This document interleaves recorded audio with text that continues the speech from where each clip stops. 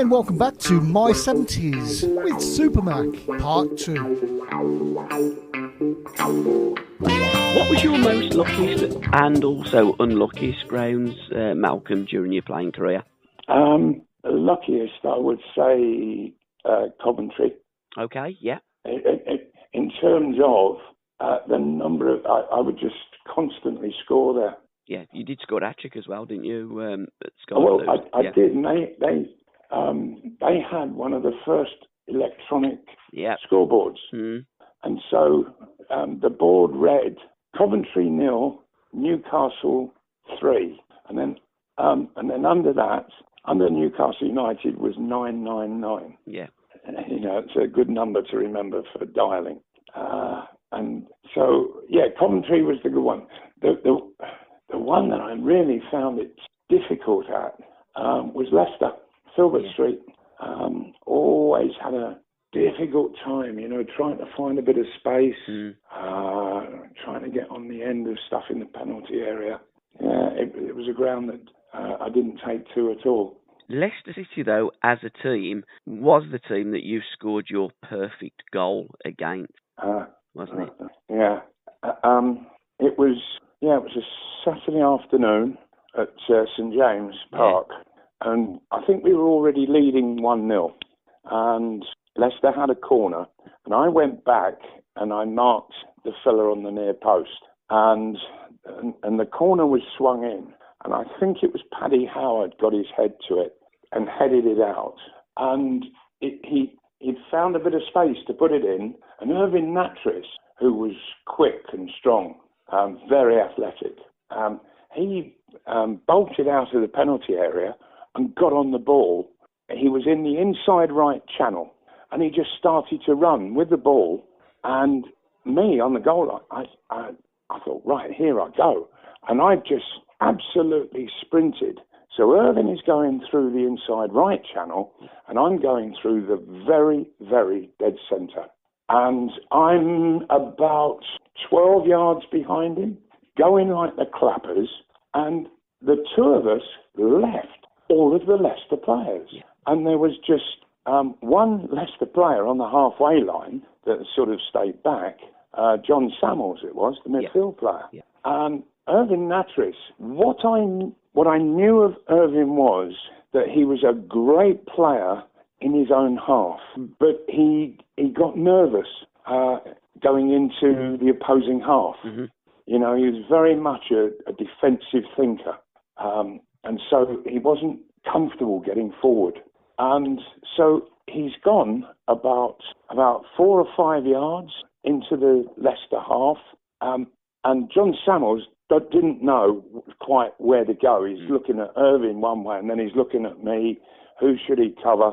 And Irving Natris has played the ball square, and I am coming like a steam train through the centre of the pitch, and the ball perfectly matched my stride. Absolutely matched it. It was immaculate. And so I just planted my foot and struck the ball with my left foot.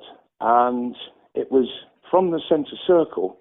And the ball, when it hit the back of the net, you know, because so many of these, you know, things like that, they just balloon. This ball, it just kept going at a rate of knots and just rising very slightly.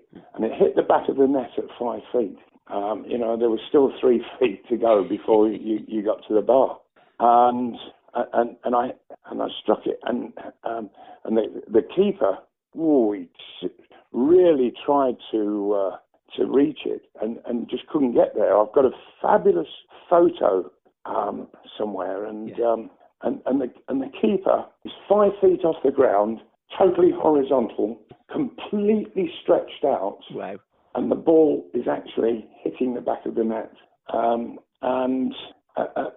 Some years later, I was watching the television, and Gary Player, the golfer, was on, and he was giving a sort of golf lesson on the television, and he took out of his bag his driver, and he said, "This is the most difficult club in my bag." He said, "In fact, I've hit maybe 10,000 shots at least with this club. And do you know, he said, I've only ever hit one perfect one. And I thought, thank you, that's my goal against Leicester. I've only ever hit that one perfect one. Incredibly. Yeah, yeah. If you could play one game, replay a game that you played during your career, what game would it be and why? Yes, it would be the FA Cup, Arsenal v Ipswich. Right, okay. Why? Ipswich beat us 1-0. Yeah. And they were brilliant. Yeah, Roger Osborne. They really were brilliant on the day. A problem that we had, and I'm not making excuses here, but half of our team were struggling with knocks. I was due a cartilage operation. I had torn a cartilage on the Boxing Day against West Ham down at Upton Park, and Terry Neal said, "Look, let's play the next round of the FA Cup, see what happens." And I'm saying, "Well, Terry, it's getting worse and worse by the week. I need to, I need this cartilage taken out." And I had a swelling, and so I wasn't really training at all. I couldn't, and I was in the treatment room, ice packs and all sorts, to get the swelling down, and then going out on match days and playing.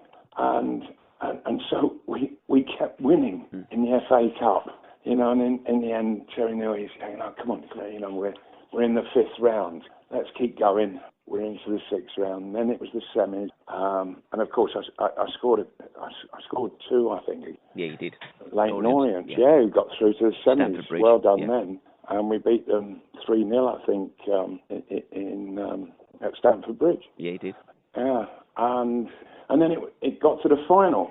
So there was Pat Rice, Sammy Nelson, Liam Brady, and myself, and I think there were a couple of others who were all carrying quite serious knocks. And it certainly diminished our performance without any doubt, but we kept quiet about it.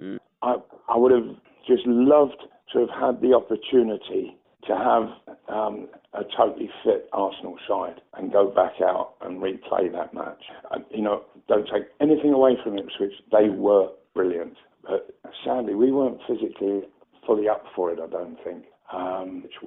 Dear me, they did off Jason. And of course it was Bobby Robson who was the manager. Absolutely. So the irony, I suppose, is that I was absolutely gutted that we lost in the final, but in a way I was delighted for Bobby Robson, my old manager. Yeah, because he signed you in 1968 at Fulham, and in 1978 won the FA Cup against you. So, I mean, that 10-year period, and Bobby's always been a kind of constant, same as Harry Haslam. Wembley's always been a kind of constant with you, because you got through to the FA Cup final in 74, the League Cup final in 76, both with Newcastle. Now, the 1974 FA Cup final, if I remember rightly as a kid, Malcolm MacDonald was going to tell Liverpool or it was suggested in the press that Malcolm MacDonald was going to tell Tommy Smith and Emlyn Hughes what he was going to do to them. But to be fair to Malcolm MacDonald, he did do that on his home debut at St James's Park. But my question to you is why did you wear that purple tracksuit top coming out the tunnel with Newcastle? What's the story behind that? Okay, I can give you the story behind that. But also, where all of those non-quotes... Yeah, I don't get them, It was the Daily Mirror. Yeah. And I had been a columnist with the Sun since 1971. And so the Mirror just made up this complete hash of a story about I was going to sort of be a one-man triumph over Liverpool and all this, that, and that. It was a load of old crap. Yeah. It really was. Anyway, so sorry, the point that you wanted me to talk of.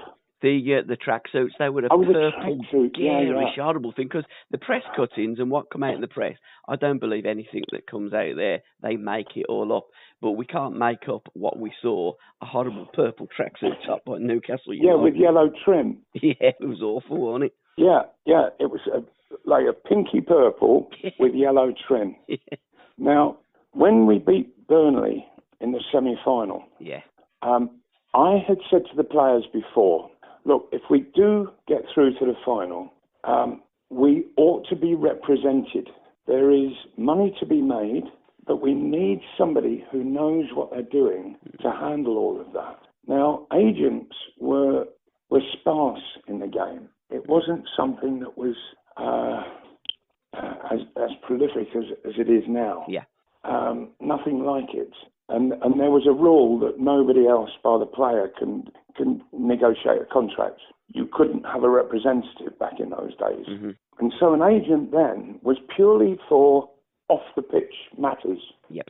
Well, Alex Stock, when I was at Luton, had introduced me to Reg Hayter. Now, you're aware of Hayter's press agency. Yeah. Well, Reg started that. Yeah. Right. And he only ever looked after 4 people. The first one was Basil D'Oliveira. Blimey? Sorry? I said, blimey, he was some cricketer, he was, Basil. Right, but Reg was a big cricket man. You know, prior to starting his own agency, he wrote for the major press, what was it? Dear me. What's the big news agency? Reuters? Reuters. Yeah. Thank you. Yes. He wrote for Reuters. Yeah. He was the cricket correspondent. Right. And he travelled with the players and the team on all the tests. And of course, if they went to India, they went by boat. Yeah. And so they were all together for weeks on end. And so he was very much a figure within cricket. And so his first client was Basil D'Oliveira when there was the massive hoo-ha with South Africa. Yeah, and the apartheid, yeah. The apartheid and him being barred from entering South Africa. Yeah. And that was massive at the time. It was. It was, absolutely. And of course, it finished with South Africa being barred themselves from taking part in any Test cricket. His second client was Bob Wilson, the Arsenal and Scotland goalkeeper. Primrose? Yeah. Yeah, Primrose. Yeah. That's him. And of course, he then had a terrific career with both BBC and ITV. Yeah. Football Focus. Yeah. Yeah, that's right. I was his third client, and I signed with him when I was at Luton. Yeah. Hence my that I had a column with the Sun. Yep. The Sun had columnists on a regional basis all around the country then. But Reg's big mate was the sports editor of the Sun, Frank Nicklin. And Frank and I used to, we became good friends. Used to have some great times together going on cricket tours. Anyway, then the fourth client was Ian Botham. Blimey? Yeah. Right, so it was Basil D'Oliveira, Bob Wilson, Malcolm MacDonald, and Ian Botham. Now, let me tell you a little tale, and this is back to Stan Bowles. Dave Sexton, who was manager at the time of QPR, he phoned Reg up and said, could I come and see you, please? And so Reg said, yeah, and they arranged a time. And Dave Sexton has arrived with Stan Bowles. And Reg, inside, he just said, oh no, I know what's coming, and this is going to be embarrassing. Because Reg only wanted top performers, and he didn't want sort of the nonsense that came with Stan Bowles. So, anyway, they sat in Reg's office in Gough Square, and Dave Sexton, he's giving this impassioned spiel about what a player Stan Bowles is and how he just needs that guiding mentor, and Reg would be the ideal man to do it and what have you, and so on and so forth. And Reg is, because he liked Dave Sexton ever so much, and he's sort of starting to soften a little bit because he can feel Dave Sexton's pain and problem that he's having with Bowles. So Reg, when Dave Sexton finished, Reg, just warming to Dave Sexton but not to Stan Bowles, said, Okay, Dave, I've listened to all that you've said. What I would like, I suppose now, before I can make any decision, I'd like to hear from you, Stan, as to what you think. Stan Bowles, who had been sat there throughout this impassioned speech, sort of looking upwards, and without moving his head nor his gaze, he just pointed up at the top of a blind that was in front of the window. And he said, I'll give you 2-1, that blind falls down before the end of the week. And Reg just looked at Dave Sexton and said, sorry, Dave. But that was just Stan. He'd just bet on anything, wouldn't he? Yeah. Raindrops on a window. Oh, absolutely. Flies on a window. Yeah, spiders literally. up it. Yeah, absolutely everything. And there he was with this opportunity of getting onto a top agent's books, and he just completely cocked it. Anyway, so back to these tracksuits, and so Reg Hayter is organising all sorts for us, and he's trying not to involve us too much, trying not to take us away from the football, from training and what have you. And so he's done a deal or two with regards to clothing, with regards to newspaper columns and articles and things like that. And he's done a deal for kit, and so Reg was an honourable man throughout, and so he contacted the club, and he said, if it's okay with you, I have done a deal for the players to be fitted out with made-to-measure tracksuits, and the club said, no, that's all already taken care of. So Reg said, well, this is a really good deal that the players would earn money from it. No, this has all been taken care of by the club. Right, so what happened was that Stan Seymour, who at the time was a director, there was Stan Seymour and then Stan Seymour Jr. Yeah. And when Stan Seymour Sr. left, the junior went onto the board and later became chairman. But Stan Seymour had a sports shop in Grey Street in Newcastle on a major corner. And what they did was they went into a corner of the stockroom where they had a whole load of old stuff, and they got it all out, and they had a massive great pile of these purple and yellow tracksuits. So Stan Seymour sold them to Newcastle United for a lot of money, and that was his way of A, getting rid of useless stock, and B, making a right few quid. So anyway, these tracksuits are all taken down to Wembley, and they're folded up and there with the kit.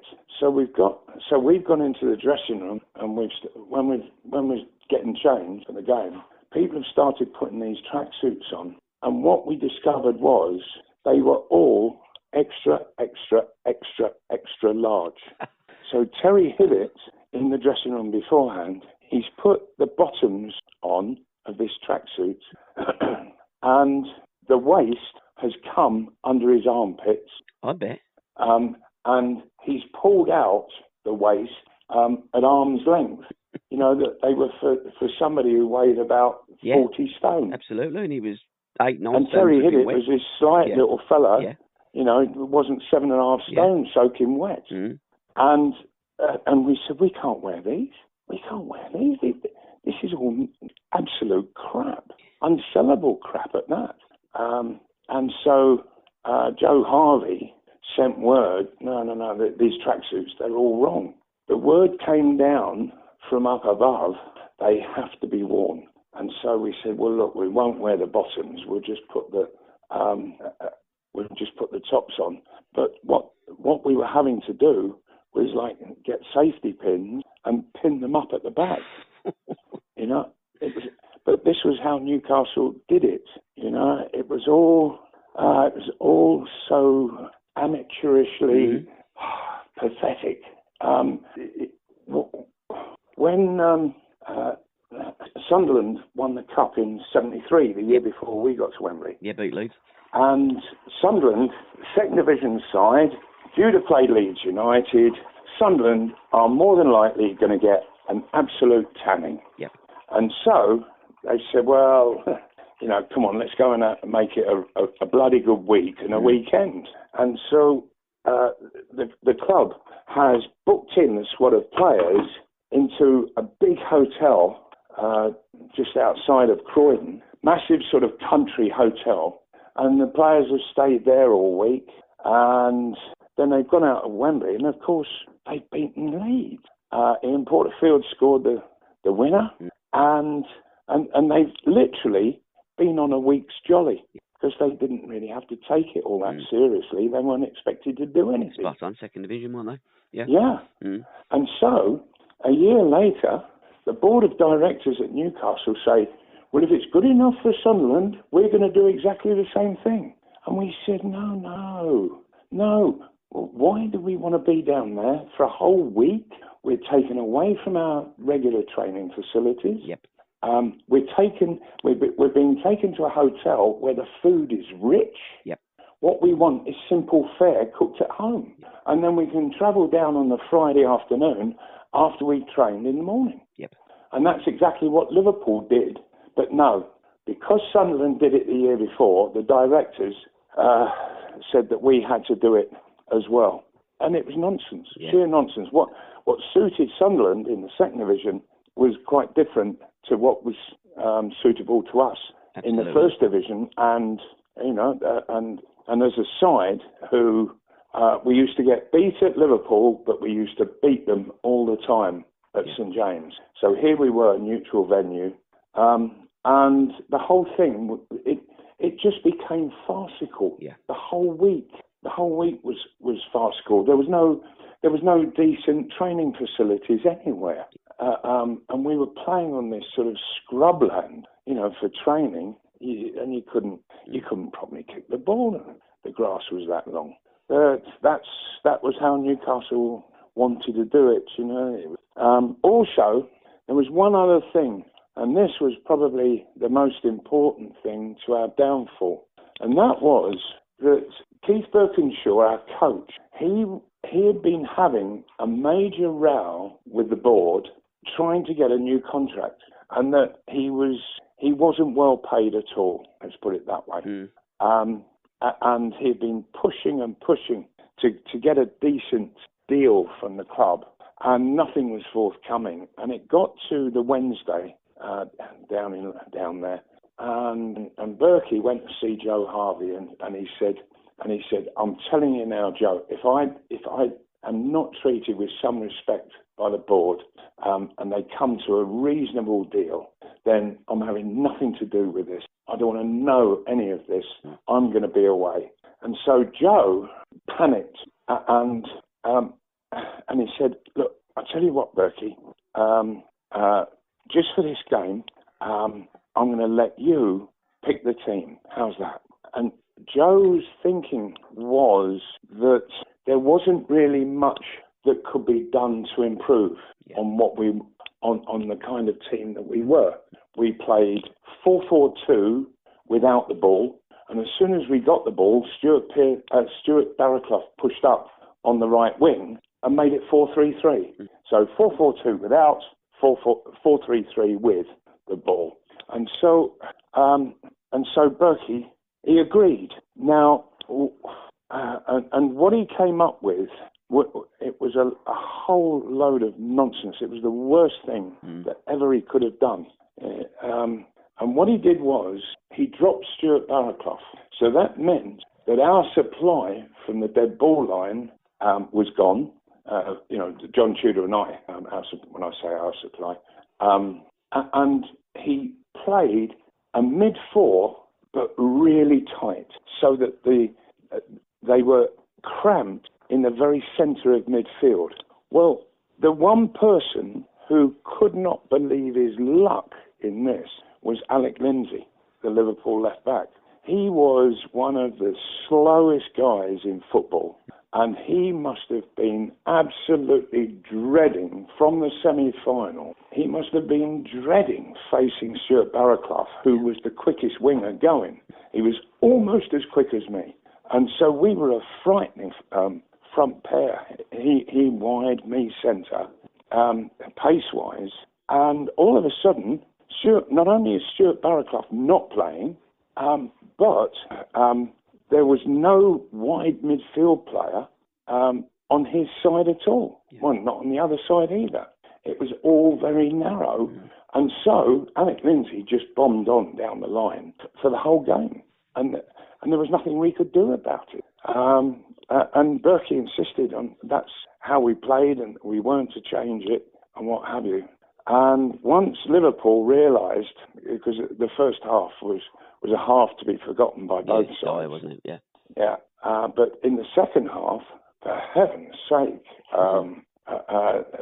Liverpool had realised what was going on, and so they just had Alec Lindsay on one side and Chris Lawler on the other, just flying down the flanks, and we got murdered by it all. Absolutely murdered. Yeah, certainly not Newcastle United's finest hour, but your finest hour did come at Wembley. It came the year after, in the March the year after. You did speak about the Coventry scoreboard. The Wembley scoreboard read Supermac 5, Cyprus 0, and I was amazed with the story of your interview afterwards.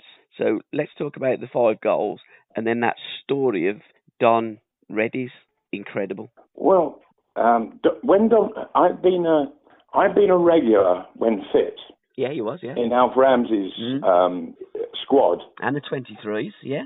Yeah, but the full squad. Yeah. From the end of my first season at Newcastle, I was a regular, along with Mick Shannon. The two of us went through together. We were the under 23 forward line, and we went into the seniors and it was only injury that prevented us from joining up. And so Don Reddy got the job, and I must say at this point that Alf Ramsey, he was treated so poorly and shabbily by the FA. He really was, because I don't know, are you aware of his last game?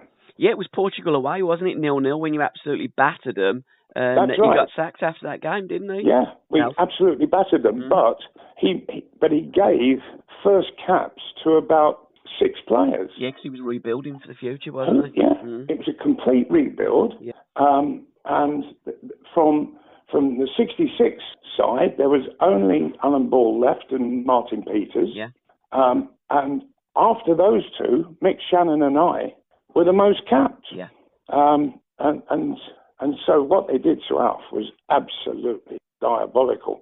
Joe Mercer was caretaker through the summer, and then after that they appointed Don Revie, and Don Revie left me out of his first 3 squads, and things didn't go well for him. They were struggling to score goals, and so after that third game, there was a massive clamour in the press, all for me, saying that, MacDonald for England sort of thing. I was the top goal scorer in the country by a country mile at the time, and so I have arrived on the Sunday night at the hotel in Hertfordshire, the West Park Lodge. West Lodge Park. I always get that confused. Very confused. West Lodge Park. And I've checked in at reception, and then I've gone through to the lounge where Don Revie was sat with his entourage. He always had an entourage around him. And I just said, Malcolm MacDonald reported, and I said, no injuries from the game yesterday. And he looked up, and without saying my name, and he never, ever used my name, never called me by my name. And he just said, I don't want you here. And I feel you've been foisted on me by the press. And so, he said, if you don't score on Wednesday night, I'll never pick you again. Which I thought was a bit much. Oh, absolutely, yeah. it was the kind of thing that you should never do to a professional footballer. No, absolutely. Playing West Germany as well, current world champions. Well, it's a big game to play in. And then, of course, we were.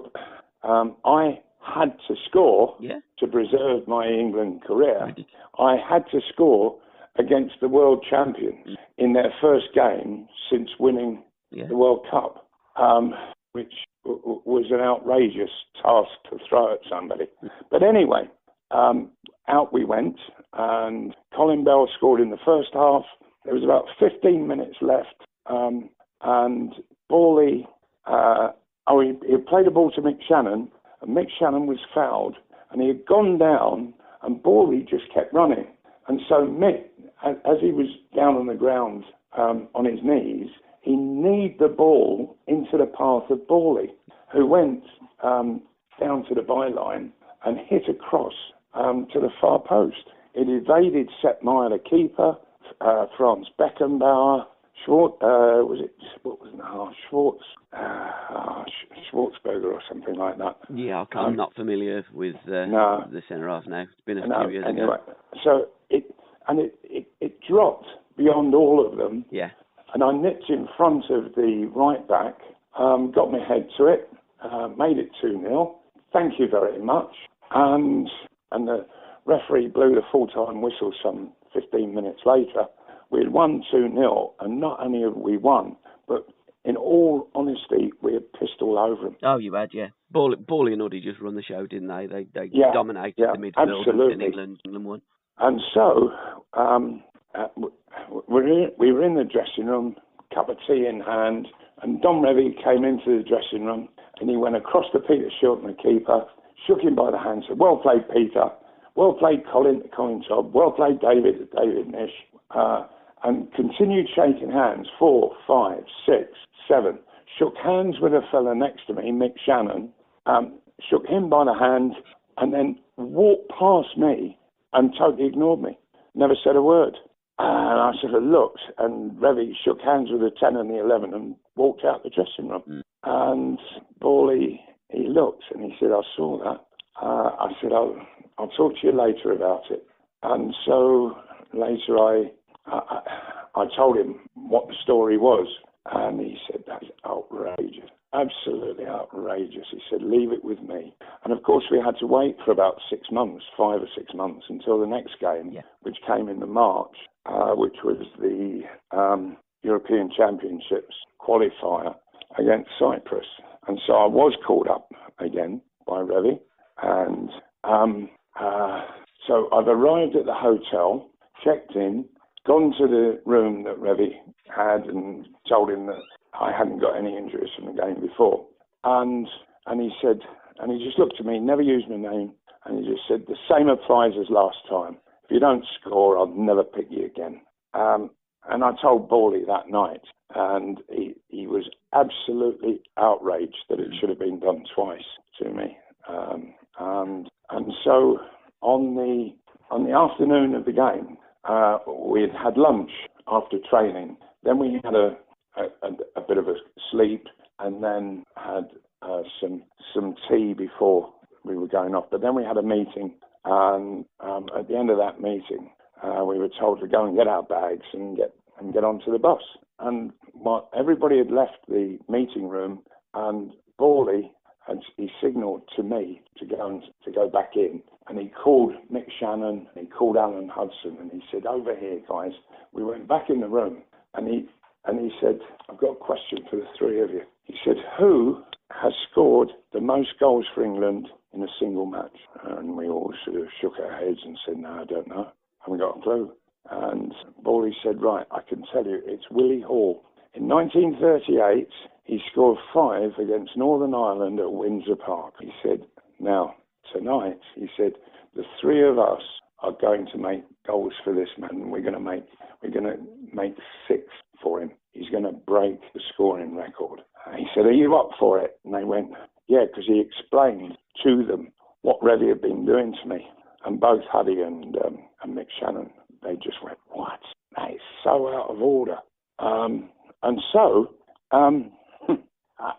we went off to Wembley, and I thought, "Hey, what a lucky son I am. that this dreadful situation I've got with the manager has now sort of got me, three of the greatest English players of that time, all looking to make goals for me and set me up. And the game started, and after about 17 minutes, there was a free kick out on the left. Alan Hudson swung a great ball in, and I sort of pushed Dave Watson, the centre-half, out the way, got my head to it, and that made it 1-0. And Bawley's come running over to me, and he's gone, "That's your first, 5 more to go," holding his hands up. And so a bit later, Mick Shannon did a little bit of magic on the left-hand side and knocked it over, and I was able to volley that one into the far post. And Bawley's come running over, he's holding 2 fingers up. "That's 2, he said, and then he held 4 up. He said, 4 more to go." Half-time came and went, and we were out for the second half. And Kevin Keegan did a little bit of magic, and he poured a cross back to me, and I ducked and headed that one into the net. And Bawley came running across, and he said, "That's your first hat-trick." He said, "Now you go for your second hat-trick."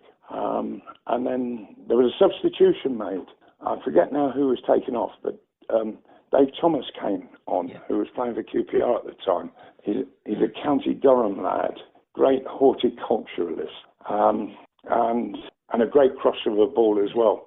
And Bawley knew that. And so Bawley sort of took up this inside right position and started feeding Dave Thomas in behind the fullback.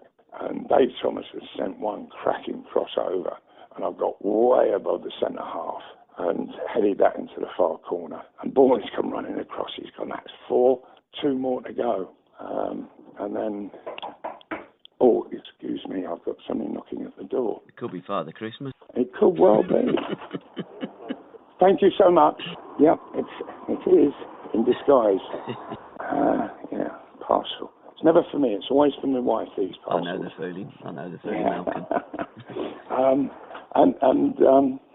So he's fed Dave Thomas again behind the left back of Cyprus, and he's knocked over another great cross, and I've dived onto that one and into the net, and Bawley's come across, and he's gone, "That's 5, you've equalled the record, come on, 1 more and the record's all yours." And so, as it so happens, I did score another goal, but it was disallowed for somebody else being offside. I hit the post, didn't half hurt, and then the final whistle went, and I was shaking hands with the Cypriots in their penalty area, which was the far end to the tunnel, and I noticed that the scoreboard, which was high on the roof, hanging down above the tunnel that you just mentioned, with the score line going, and it wiped. It went all blank. The score line disappeared, and I carried on shaking hands, and then I became aware that it had relit, and this time it said, "Congratulations, Supermac 5, Cyprus 0." Yeah. And I just stopped for that moment and looked at it and thought, that's it. That's all my boyhood dreams come true, and they're confirmed on that scoreboard. And I carried on shaking Cypriot hands, but then reality sort of struck, and I looked around, and there was Revy going around the bend behind the corner flag with his pockets in his trench coat, hands in his trench coat pockets, hunched, and he sort of disappeared into the tunnel. And anyway, we all got into the dressing room, and we were having a cup of tea, and Revy came into the dressing room, and again he started shaking players' hands. And, "Well played, Peter," he said to Peter Shilton. "Well played, Colin Todd. Well played, David Nish." And he went round. Everybody got to Mick Shannon, shook hands with him. "Well played, Mick." Walked straight past me, never said a word, and then shook hands with the 10 and 11 and disappeared out. And never played at Wembley for England again after that. No, you did an interview with Tony Gubber, and it was quite frosty, and you didn't realise many years after what actually had happened. I found it incredible. Yes, that's right. Revy came into the dressing room, and he said, "The BBC want to interview you." He said, now I've got everything organised, everything's sorted. So he said, when you're dressed, follow me. So I got dressed and literally followed Revy up through the bowels of the stadium. We got to this room that I remember it had a real sloping ceiling, you know, where obviously there were seats above it that all went down towards the pitch. And they had set up a little, or rather a large studio situation. So I've gone in there and I've had a mic clipped on me, and Tony Gubber is in front of me. And when he was given the green light, he said, and welcome back to Wembley, where England have beaten Cyprus 5-0. And he said, I have Malcolm MacDonald, the goal scorer, with me. Now, do tell me, Malcolm, can you describe the one you missed? I just looked and laughed. I just couldn't believe it. No. So I sort of gave him a response, and that was it. Now, that had taken place in I think it was the April. Well, the following season, near the start of the season, Newcastle were playing Coventry at St James Park, and it was televised. It was to be televised on Match of the Day for the Saturday evening, and I scored a hat trick. We beat Coventry 5-0, and I scored a hat trick against them. And if somebody scores a hat trick, usually it's that man that does it. Absolutely, yeah, of course it is. Yeah, it's always goal scorers. Right, yeah, and they didn't ask me, and I thought that was odd. But I had arranged to meet at the Swallow Hotel in the city centre with Bob Cass, because we usually we did a column together for the Sun newspaper, and he was away the following day, so he'd asked could I do it with him on the Saturday evening. So we were going to have a pint at the Swallow Hotel and do it in the bar there, do the column. Well, so I walked in and I saw Bob sat in a corner to my left, but I realised that this crowd of guys at the bar all stood. I realised that it was the BBC Match of the Day crew, and I recognised 2 or 3 of them. And I went across to John McGonigal, who was the director for many, many years of Match of the Day, or rather producer, sorry. He was the producer of Match of the Day. And you couldn't miss John ever. He was like 6'13", size 13 shoes. He was a big fella. And I've gone over and I said, hello, John. Lovely to see you. How's things? How's things, he said. I am surprised that you have got the effrontery and the cheek to stand in front of me and actually talk to me after what you did to us at Wembley. I said, I beg your pardon? What did I do to you at Wembley? He said, that interview you did. I said, yeah, I didn't swear, did I? And he said, no, it's what you did before. He said, Revy came upstairs and said, I've organised Malcolm MacDonald to come with you, except for one thing. He will not come here unless you pay him 200 quid in cash now. And they said, what? Because it was a standard thing with the BBC that you do an interview and they sent, in those days they would send you a cheque for 25 quid. Yeah. And it was just a standard thing, no negotiating. But Revy took it this step further. And so John McGonigal explained to me, he said, I've got my wallet out. He said, and I had about 50 quid in it. So I took that out. I took 30 quid off my sound engineer. He said, I took 40 quid off the lighting man. And there was 3 or 4 other staff. And in the end, he said, I got 200 quid put together and gave it to Revy, who brought it down to you. I said, no, he didn't. I never knew anything like that. I didn't make those demands. I said, that's what Revy does. And John McGonigal just looked at me and said, are you serious? I said, yes. I said, I've been wondering where the £50, the 25 quid is. Yeah, you owe me 20. Normally, you automatically pay it out. Yeah. He said, I said, it's Revy you should be on that, not me. Yeah. Oh, he said, well, I'm sorry about that. And you know, I never got the 25 quid. No, you wouldn't have. For that interview. No. Revy pocketed you the lot. If you could have if you could have a one-to-one with anyone dead or alive, who would it be with, Malcolm? Sorry, if you could have a one-to-one, a beer, a cup of tea, with anybody, dead or alive, anyone that's ever lived or is still living, who would that be with? Well, are you talking in a positive light? Positive or negative? Entirely up to you. It's your I see. Mm. Right. If I had the choice, yeah. Now, it would be between two people. Yeah. And it would be Sir Winston Churchill. Right. Okay. Or Tito. Blimey. Now, Tito, I don't know whether you're aware of the history. Yeah. Would you ask him what happened to Kevin Keegan? Yeah, there's a thought. Yeah. But Tito, he had the most incredible wartime history. Yeah. And then when he became the leader of Yugoslavia, he held 7 different states together. And at the same time, he held off Russia. Yeah. He held off the Soviets. Albeit Yugoslavia was considered communist, it wasn't under the communist regime of Russia. They were able to just stay clear of that. And at that political time, it was an incredible feat that he was able to pull off.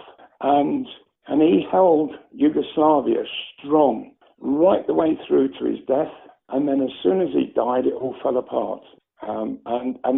And wars broke out.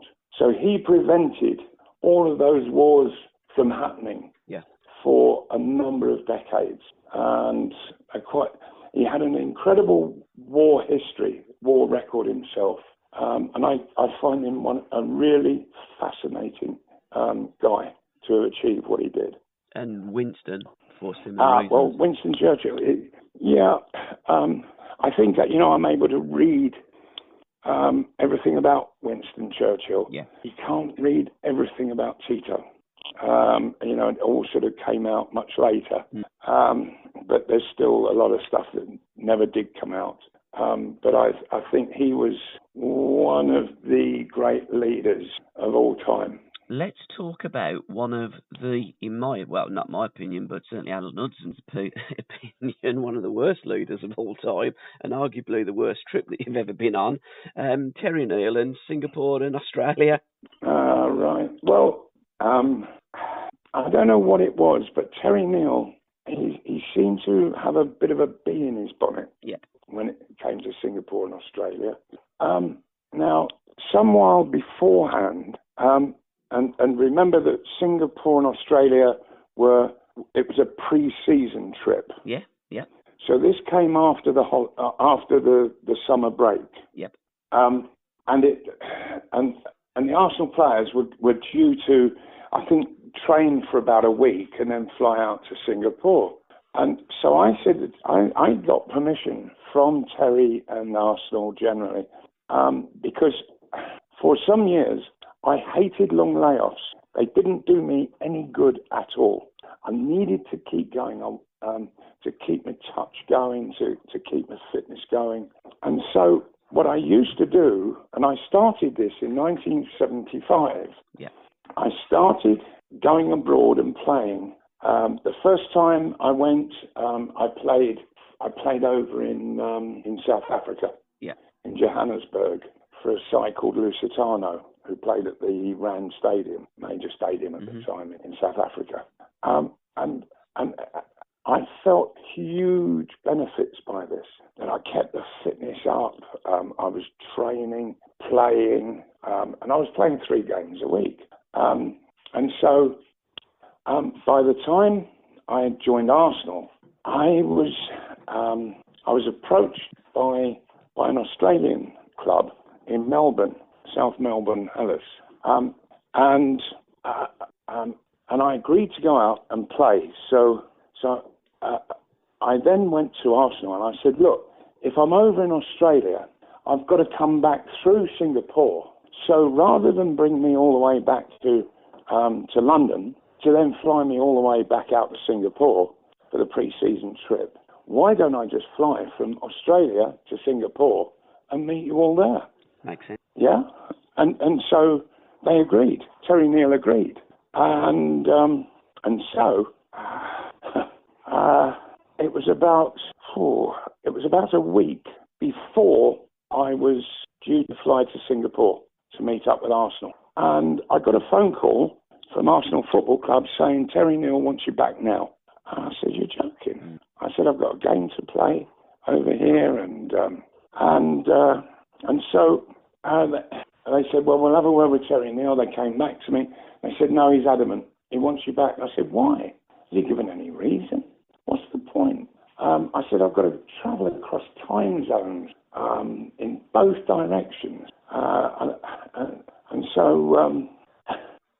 And so I was left with no alternative but to fly back to England. Crazy. So I got flights booked, and it was with Singapore Airlines. So I flew from Melbourne to Sydney, and as we were landing in Sydney, something went bang in the aircraft. Right. So we were delayed there, but it was fixed. Yeah. And they then flew from Sydney to Singapore, and they said, we're taking the plane out of commission and to further repairs. Yeah. And so we're putting you up in a hotel, and to be fair, they put us up in a beautiful hotel out on the coast. I can't remember the name, but I wish I could. Yeah. Because it was absolutely lovely. And they said, we will contact you when we have a plane available. And so I think we were there for 2 days and went to, so we were told to go to the airport. Well, they sent a coach. We got in a coach, went to the airport, got on a plane that was headed for London, and we were an hour out of Singapore. Bang, an engine blew, and they had to return to Singapore. We were put up in the very same hotel again, and this time, the following day, they had another plane available. And so we got into that, and we flew to London. So I flew home, unpacked my bag, and literally repacked it. Yeah. And went down to the club and flew and went by coach back to Heathrow Airport. And I explained what had happened with regards to all these plane disasters. And so we then flew out to Singapore. Well, the jet lag that I was suffering by then was absolutely immense. Yeah, I bet. Oh, it really was, yeah, going one way and then the other way immediately. It was ridiculous. So Terry Neal was not in my good books at all, because it could have all been so easily prevented. Anyway, so we got to Singapore, and we played in the competition there, and then we had to fly on to Australia to play in a similar competition. And when we played the last game in Singapore, which, believe it or not, it went to extra time.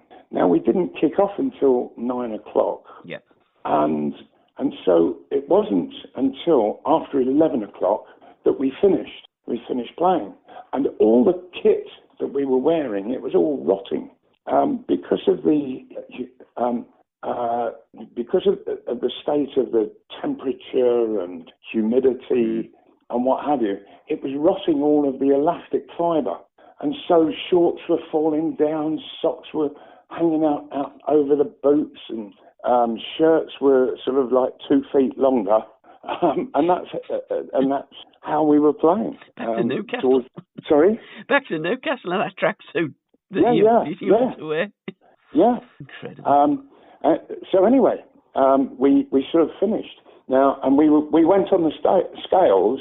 In that match against Red Star of Belgrade, I lost 12.5 pounds. And I was so dehydrated I bet. that so we couldn't eat afterwards, Huddy and I, we had a couple of cans each from the fridge in our room. Yeah. And then we went out and we went to Bugis Street, which doesn't exist now, sadly. No, I heard all about it. Yeah, it was a funny old place. And so we were there, and we were literally just replacing the liquid. But we had been told by the club doctor, do not drink the water. Yep. And drink nothing other than bottled beer. Don't drink Coke. It's too gassy. Yep. And so we were all drinking beer, and I kept count, and I drank about 22 pints, and never went to the toilet, and didn't get drunk or anything like that, because it was all disappearing into your general system. Anyway, so we then had to get back to the hotel, pack our bags, and we had to leave the hotel about 5:30 in the morning and go to the airport. And so we flew out, and so we're still a long, long way from having recovered from the game the previous evening. And we got to Australia, we got to the hotel, and we were at the hotel for about 11 o'clock in the morning. Yeah. And so Huddy and I, we said to each other, look, why don't we go down? Let's have a drink, have a good bite of lunch, because we hadn't eaten for ages. Have a good bite of lunch, and then get up here and just crash out, because we've got a game in 2 days' time. And so let's crash out until tomorrow morning. And so that was agreed. So we went downstairs, and we were heading to the restaurant, and the chairman, Sir Dennis Hill Wood, he was there at the bar. And he said, oh, hello, chaps. And he was such a lovely, amiable person. And he said, oh, do come over. He said, so how are you finding it all? Did you enjoy Singapore? And let's get you a drink. So he ordered 2 drinks, one for Huddy, one for me. And he had ordered the same that he was drinking, which I think was gin and tonic. And so we had a chat with him for about 15 minutes, and then said, look, I think we're wanted in the restaurant. So we went through to the restaurant, sat down, and we hadn't really, each of us had the gin and tonic in a glass, and Terry Neal came along and picked up Huddy's glass and said, is this what I think it is? Smelt it, and he said, it is. And he smelt my glass, and he said, right, you two. He said, I'll deal with you later. And so we carried on. We had lunch, and we went up to the room. And the next thing, players were being called out for training. And he said, is he mad? Training? Nobody's in a fit state for training.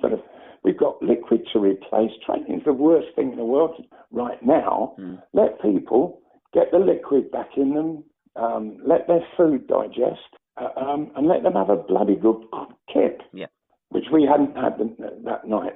And so Terry Neal, he came up, and we had a right old Barney, and we just said, you're crazy what you're doing. Look, we're professional footballers, and if somebody tells us to do something which is totally unprofessional, we ain't going to do it. Yep. And that's what you're asking us to do.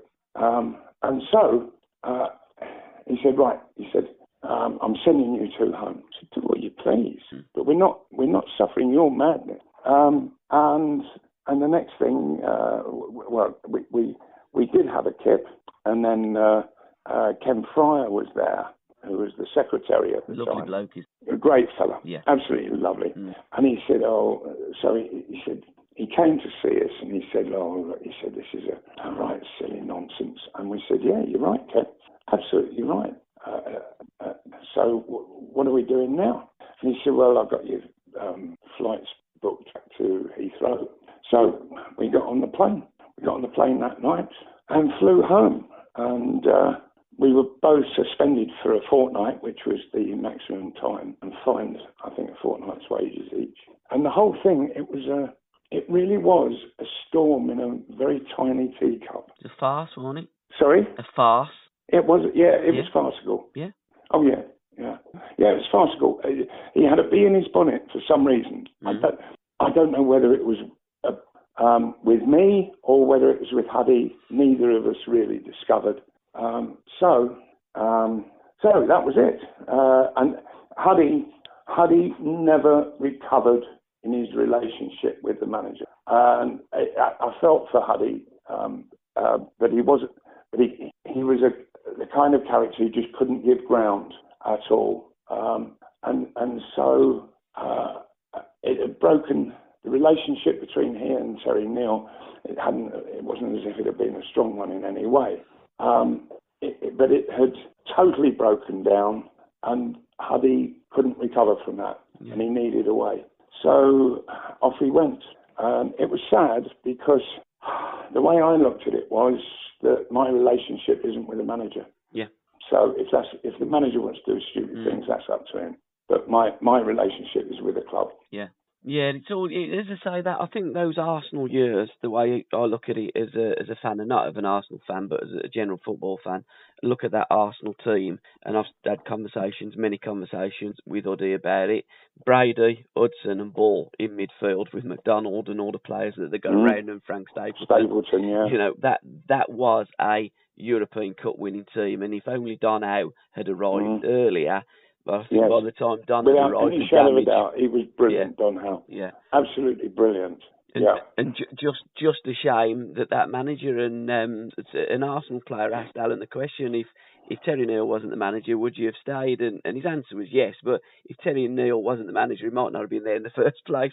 It's all horses for courses. Yes, that's right. The 70s was a fantastic decade. For me, the halcyon days of the golden decade. It's been an absolute pleasure walking down memory lane with you, Malcolm. And finally, is there any song or songs that remind you of those glorious playing days of Supermac? Well, it's got to go back to my debut with Newcastle and that Jesus Christ Superstar, where they changed the word to Supermac Superstar. How many goals have he scored so far? You know, and it used to ring out on a regular basis when I scored. So that, you know, in terms of my football career, that's the song that sticks with me. Malcolm, can I say thank you very much, sir? It's my pleasure, Paul. Thank you for what you gave us fans. Many, many football players of all eras we will forget, but players like you, Malcolm, will never forget. Supermac. Thank you. Well, thank you so much indeed. You're very kind. Cheers, pal. Thank you, Malcolm. All right. Take care. God bless. Bye-bye. Thank you. Bye. Bye.